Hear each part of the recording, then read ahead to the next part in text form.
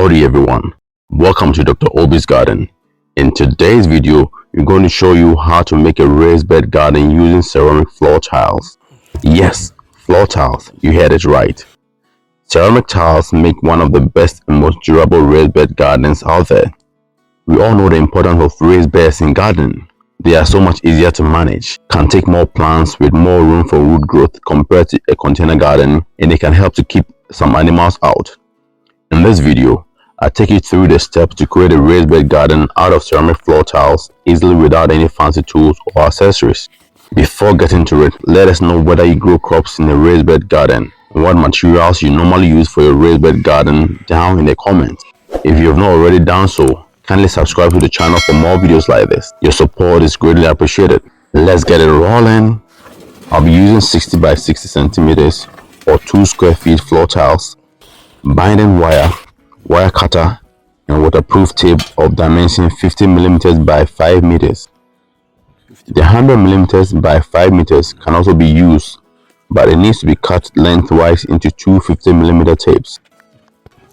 Once you have identified the area to set the raised bed garden, arrange the tiles to form the shape of the bed you want to make as shown. Depending on the size of the bed you want to make, you can use 4 or 6 tiles.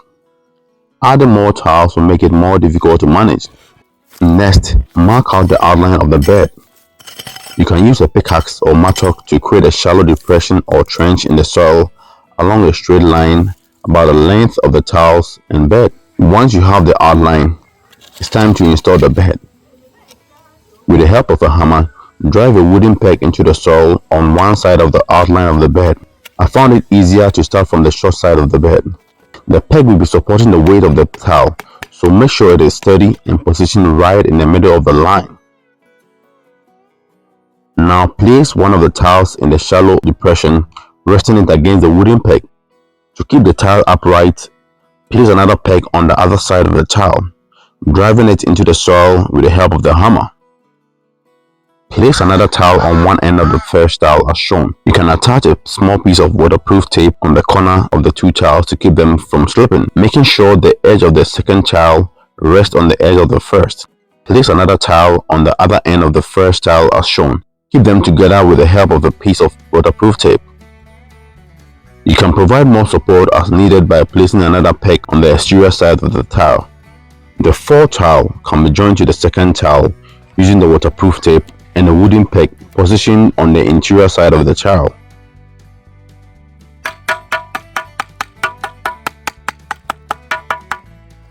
This approach can be repeated to install the fifth tile next to the third tile.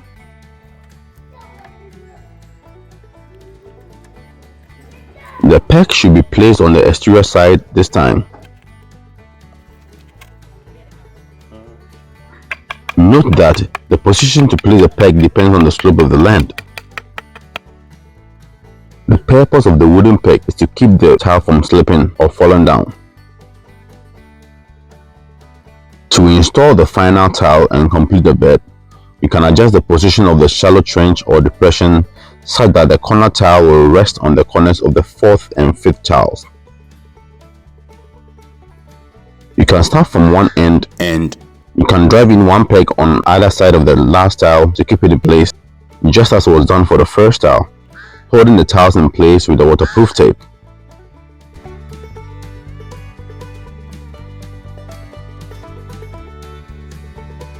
Move the closest edge of the fifth tile to join the sixth tile and secure the two edges in place with a piece of waterproof tape.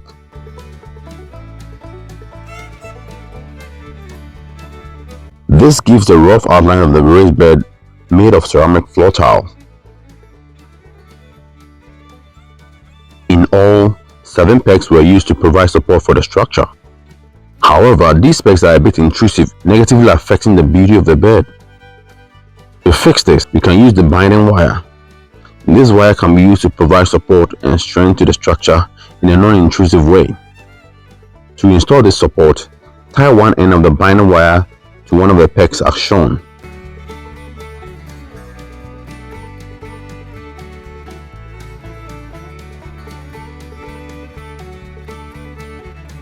Take the other end all the way around the bed making sure that wherever there's a peg, the wire comes in direct contact with the tiles and not the peg.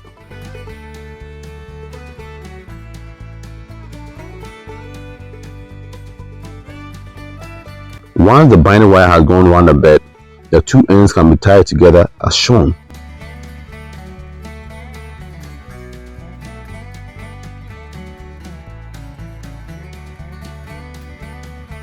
One wire is enough to provide support for the entire structure, but you can add another layer or two if you prefer.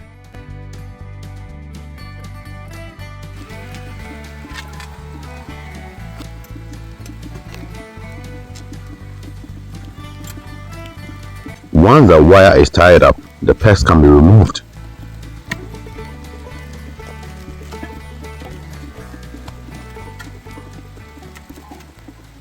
The next thing is to seal any corners and joints with waterproof tape to prevent water from draining through the sides when you water the plants in the bed. The 50mm tape width works great for this.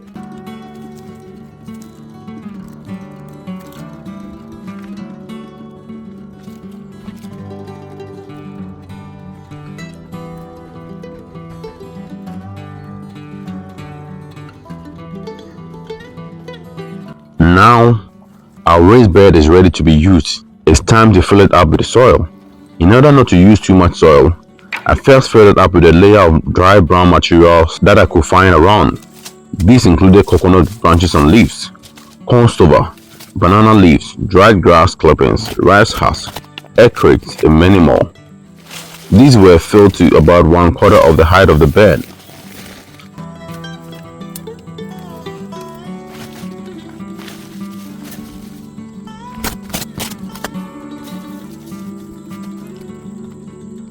Some green materials were also added before pressing it down to make it a bit compact.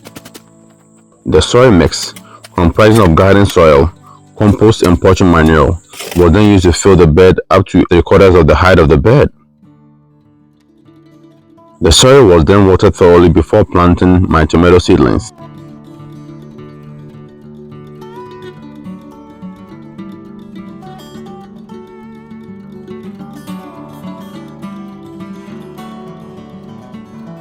I also added 2 pepper seedlings to make a total of 6 seedlings in the 60 by 120 centimeters raised bed garden.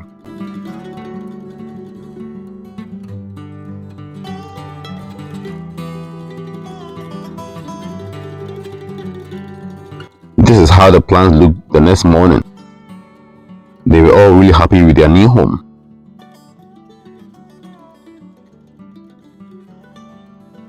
That's all for now. Thanks for watching. Give this a try and let me know what you think. If you enjoyed this video, hit the like button and also share it so that more people can benefit from it. If you are new to this channel, don't forget to subscribe and hit the notification icon so that you don't miss our next video. Check out our other videos or see you in our next. Until then, it's adios.